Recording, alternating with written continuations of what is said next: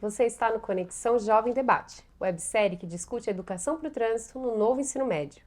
Hoje nós vamos conversar sobre as juventudes no ensino médio e as experiências juvenis no trânsito. Eu sou a professora Luciana Paula e participo desse bate-papo mediado pelo professor Jorge Menegildo e com os convidados, professor Daniel Berger e professora Cristiane Guimarães. Obrigado, Luciana. Obrigado a você que nos assiste também hoje, né? Obrigado, Daniel, mais uma vez aqui pela presença. Professora Cris, seja muito bem-vinda. O nosso debate de hoje vai tratar sobre as juventudes, né? De que maneira o professor vai trabalhar essas relações em que os jovens vivem os problemas no seu dia a dia, né? Como ele vai levar esses elementos que fazem parte da vida do jovem para a sala de aula. Então, esse é mais um dos desafios da prática docente, né? Especialmente no ensino médio, onde ele já tem um conjunto de novas referências para serem trabalhadas nessa nova composição de integração de componentes curriculares, itinerários formativos, né? Então, uma realidade em que, no seu planejamento, na sua organização de práticas, ele precisa contemplar esse processo em que a juventude vive, de ser também protagonista do conhecimento, né? Então, ele precisa integrar esse jovem dentro da sua prática pedagógica. Eu vou começar com o Daniel. Então, Daniel, assim, a gente tem falado muito sobre isso, né? Sobre jovens e juventudes, mas o que significa, né, na tua avaliação, ser jovem, né, nessa implicação de reflexão e pensamento na educação escolar no ensino médio? Então, a compreensão essas noções de jovem e juventude, elas são construídas socialmente e elas podem variar numa mesma sociedade ao longo diferentes tempos históricos e de uma sociedade para outra. Então a pergunta, né, acho que é bem importante que se traga, o que significa ser jovem, né? Então, primeiro é conviver, ser jovem hoje é você conviver com uma forma de significação e de compreensão do que é a juventude, né, que são representações sociais do que é ser jovem, né, que são representações sociais dos adultos do que é ser jovem, e a realidade de quem vive. Né? Então, assim, tem uma coisa que a gente chama de condição juvenil, que é a representação do que vem a ser, da significação do que vem a ser jovem, do que vem a ser juventude. E uma outra coisa é como cada pessoa, cada jovem, vivencia esse momento da vida em função da sua orientação sexual, em função do seu local de moradia, em função do pertencimento étnico-racial. Então existe um conflito, né? Porque a pessoa que é jovem, ela vai viver um conflito intergeracional entre o que ela vive, as condições que é a situação juvenil, e aquela condição que está estabelecida, né, que é essa representação social. E tem uma questão que é importante, jovem, a gente demarcar, assim, que existem alguns marcadores que definiam essa transição da adolescência, né, da juventude para a vida adulta, né? É o casamento, o primeiro emprego, a construção da família, a primeira casa. E isso está cada vez mais diluído na nossa sociedade, né? Então, assim, hoje tem um alagamento da juventude, né? Muitas famílias, assim, quando podem, o jovem permanece morando com a família para concluir os estudos. O casamento também é uma instituição também que essas mudanças todas que estão acontecendo. Então, é difícil demarcar essa essa passagem, essa transição, definir o que é juventude, né? Por isso que se fala, então, juventudes. Então, ao trazer essa compreensão, né, de que existem juventudes, o professor tem um desafio, né, que é reconhecer quem são os jovens com quem eu estou lidando, com quem eu estou trabalhando, né, para além do aluno. Né, porque tem uma perspectiva também muito comum, um risco que o professor corre, né, de olhar para aquele sujeito sempre numa visão idealizada de aluno. Ele é estudante. Mas não é. Ele é uma pessoa que todos os dias olha no espelho e fala assim: quem sou eu? O que eu vou ser? Eu queria ser tanta coisa, né? Então hoje a gente tem uma multiplicidade de possibilidades de ser. Um jovem que mora no interior do Santa Catarina pode se identificar com grupos musicais e usar roupas e corte de cabelo e se identificar com culturas juvenis de outro lado do planeta. Muito bem, então nesse movimento, né, que você coloca, existe uma série de conflitos, né, nesse jovem, porque ele está transitando na busca de uma identidade, dessa fase em construção até a vida adulta, né? E nesse processo a escola está no meio, né? Então ele vai frequentar a escola, ele vai participar das atividades da escola dentro de uma perspectiva onde há um intencionamento né, de repassar saberes conhecidos, né, constituídos socialmente nas diversas áreas de conhecimento, e eu preciso lidar com esse dilema, né, que eles vivem, né? Eu vou trazer a Cris para a conversa aqui, né? Como é que a gente pode ajudar, né, esse professor a organizar esse movimento, que é esse desafio de trabalhar com essa identidade do jovem dentro dos componentes curriculares, dentro das atividades pedagógicas? É um grande desafio, sim, trazer para a escola essas juventudes e dar uma oportunidade diferente de pensar o nosso tempo com eles. A escola, ela tem a oportunidade de receber as juventudes e congregar esses diferentes interesses, esses diferentes conflitos em relação a problemáticas que todos eles vivem. Mesmo de forma diferente, cada um com sua vida, cada um com seu sonho, seu projeto de vida, as problemáticas humanas e as problemáticas sociais afetam a todos. E a escola, de novo, tem a oportunidade de congregar essas juventudes e, a partir de um compromisso com a história de cada um, o modo como cada um se enxerga no mundo, em conversa com esse conhecimento acumulado, Jorge, que você cita, nós temos a oportunidade de ressignificar, lançar olhares diferentes, compreender de uma maneira mais sensível, mais profunda as problemáticas que nos rodeiam e afetam muitos jovens hoje em dia. Viver hoje a juventude é muito diferente da juventude que nós vivemos, porque eles estão sentindo na pele as problemáticas de uma maneira muito mais intensa. Então, as áreas do conhecimento e os componentes curriculares, eles são chamados a olhar para essas problemáticas, a sentir como que o jovem se insere nelas, como que elas afetam a vida deles, e juntos com esse conhecimento específico trazido para a própria vida, para o próprio projeto de vida, repensar como que eu vou seguir adiante, como que esses conhecimentos me ajudam a entender o meu mundo e como que eu posso agir e transformar esse mundo num espaço de convivência melhor. Didaticamente é um grande desafio. Nós somos formados nós temos uma tradição disciplinar muito forte, que muitas vezes aparta as pessoas e os conhecimentos, e as problemáticas contemporâneas dos temas transversais, eles chamam esses conhecimentos para olhar junto para os problemas. E isso dá outro significado, outra reorganização para esses conhecimentos específicos. Exige, sim, bastante escuta, atenção e uma maneira diferente de olhar até mesmo esse conhecimento acumulado que nós trazemos, que nós professores temos.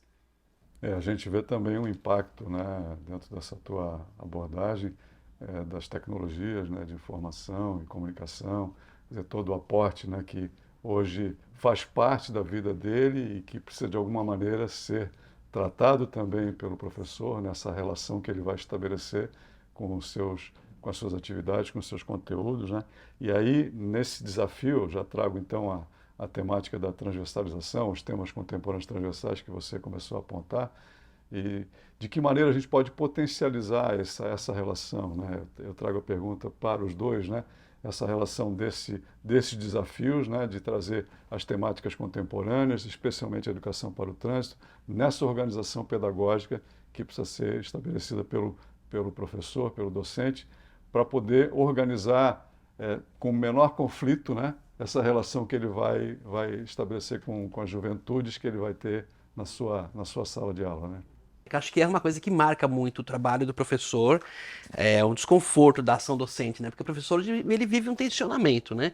Então, a escola, ela precisa dar conta, né, como uma agência de democratização do conhecimento, né, como a Cris traz, né? A escola precisa oportunizar que o aluno aprenda, existem os conhecimentos acumulados pela comunidade, mas também existe um tensionamento que a escola dialogue com essa realidade e agora dialogue com a especificidade desses sujeitos. né? A gente precisa dialogar dialogar e discutir com a condição juvenil.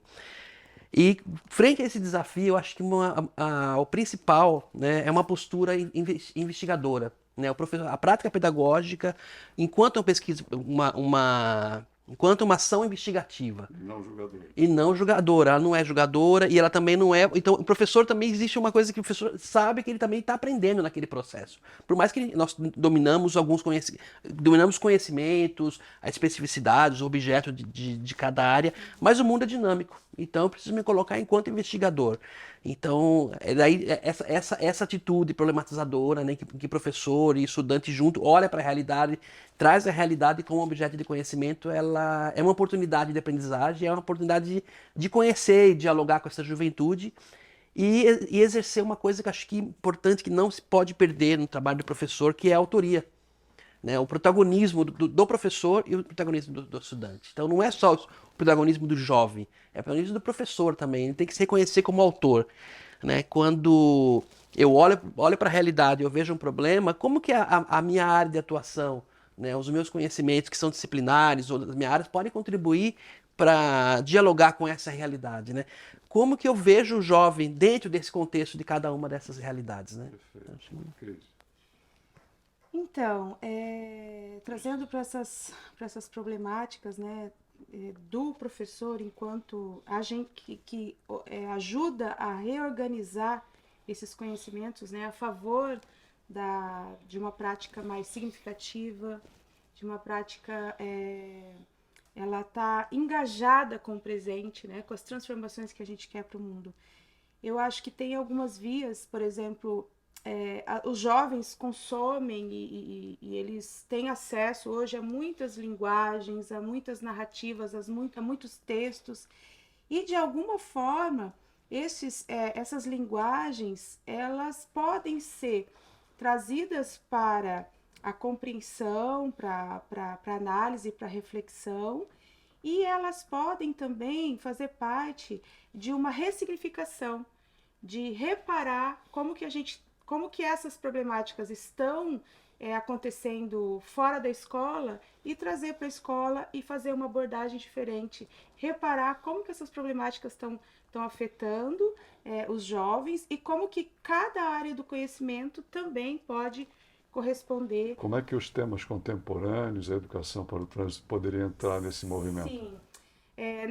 Nesse viés das linguagens e narrativas, por exemplo, as áreas de artes, comunicação, linguagens de um modo geral, elas podem provocar ou estimular um olhar diferente para as cenas que os jovens vivenciam, por exemplo, nas cidades e no trânsito. Desde as narrativas que eles consomem, até mesmo o dia a dia, o corre da vida, né? Cada um com seus caminhos, eles podem lançar um olhar diferente a essas cenas que eles vivenciam de uma maneira mais crítica. E o convite é para que eles recriem possibilidades de vivenciar essas cenas de uma maneira mais consciente, de uma maneira mais responsável. Compreendendo os riscos. Compreendendo os riscos e se inserindo no trânsito como um agente transformador. Não é o trânsito que está distante de nós debatemos muito isso, né? Não é aquele trânsito que está só na TV, no acidente de trânsito. O trânsito somos nós que fazemos, né?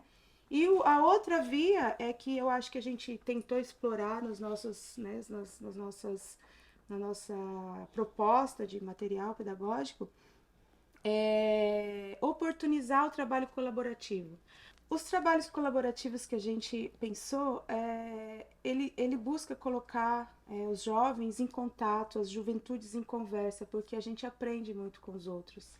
A gente aprende com a vida, escutando as biografias, a história do outro. E a educação para o trânsito pode ser uma oportunidade muito legal da gente formar cidadãos mais conscientes e preocupados com essa coletividade, com esse movimento coletivo que acontece no trânsito. E quando a gente presta atenção, né, no outro, a gente vai prestar atenção também como que o outro me afeta no trânsito e de que maneira essa coletividade do trânsito ela é composta por ações e reações, e as ações geram consequências, e isso gera uma reflexão muito importante sobre direitos, sobre cidadania, direitos e deveres, e isso é educar para esse momento que a gente vive. Educar para a vida, né? Nessa postura investigativa que você traz, né? Você convida o jovem, né? Então, a perceber essa realidade dentro de uma estratégia, né? Organizada por esse docente, né? Pela sua análise importante, e aí ele vai ser partícipe, né? dessa investigação e dessa análise, e a partir do reconhecimento das possibilidades de intervenção, ele vai ser também autor, né? De uma nova proposta para aquela realidade, tendo a possibilidade de transformar aquela realidade, seja na sua comunidade, na sua escola, ou nos ambientes que ele convive, né? Bom, gente, muito obrigada. Muitos aprendizados aqui sobre jovens e juventudes, mas nós encerramos agora o nosso bate-papo sobre jovens no ensino médio e experiências juvenis no trânsito. Nesse encontro, foi possível refletir sobre alternativas de construção de caminhos para o protagonismo juvenil e para a produção de conhecimento. Convidamos você, que atua no ensino médio e está avaliando a possibilidade de levar a educação para o trânsito para a sala de aula, a conhecer os materiais pedagógicos do programa Conexão DENIT Ensino Médio. As atividades do Conexão DENIT apresentam temas de trânsito de forma articulada às competências e habilidades previstas pela BNCC para cada área do conhecimento. Além de transversal, o material oportuniza o debate sobre a presença dos jovens nas vias e as relações que se estabelecem no trânsito. Acesse o portal web ou aplicativo do programa Conexão DENIT e faça parte dessa rede colaborativa de educação para o trânsito.